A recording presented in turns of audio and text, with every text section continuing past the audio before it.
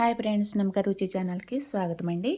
గుమ్మగుమ్మలాడే గుత్తి వంకాయ కర్రీ పల్లీలతో చాలా టేస్ట్గా ఉంటుందండి. ఇలా పల్లీలు వేసుకుని ఒక హాఫ్ కప్పు పల్లీలు అయితే వేసుకుని ఇవి బాగా ఫ్రై చేసుకోవాలి. సిమ్లో పెట్టి ఫ్రై చేసుకోవాలండి. లో ఫ్లేమ్లో ఫ్రై చేసుకుంటే బాగా లోపలికంటా ఫ్రై అవుతాయి. దానికి కావలసిన మసాలాలు, ఈ పల్లీలు అయితే శుభ్రంగా పొట్టు తీసుకుని ఇలా పొడి చేసుకోవాలి. ఇలా ధనియాలు, జీలకర్ర, వెల్లుల్లిపాయలు, లవంగ మొగ్గలు, గసగసాలు, అల్లం ముక్క ఇవన్నీ వేసి పేస్ట్ చేసి ఉల్లిపాయ ముద్ద కూడా పేస్ట్ చేసుకుని ఇప్పుడు అందులో కారము, పసుపు, సాల్ట్, రుచికి సరిపడా సాల్ట్ అన్నీ వేసుకుని ఇవన్నీ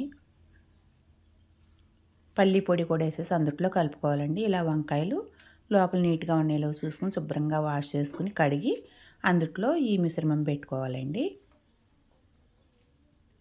పల్లీలు వెండి కొబ్బరి వేస్తాం కాబట్టి చాలా బాగుంటుందండి. వెండి కొబ్బరి కూడా వేసుకోవాలండి. వెండి కొబ్బరి పొడి ఉన్నా వేసుకోవచ్చు, లేకపోతే మనం ఇంట్లో ఆల్రెడీ ఉంటాయి కాబట్టి ముక్కలు అవి పొడి చేసుకుని వేసుకోవచ్చు.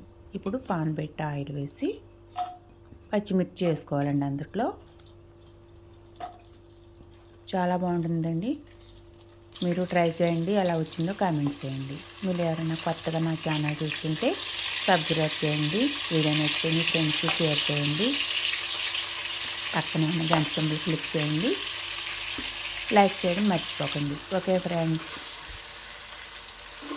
చూడండి ఇలా స్మూత్గా తిప్పాలండి.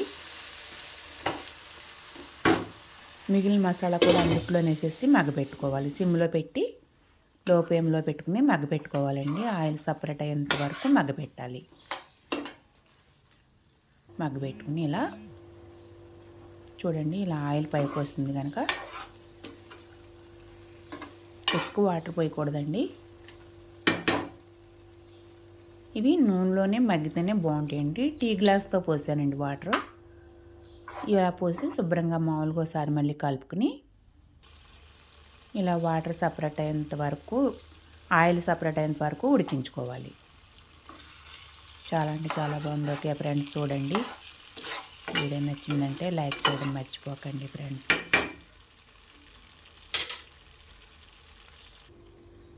లిప్స్ వేయకుండా చూడండి.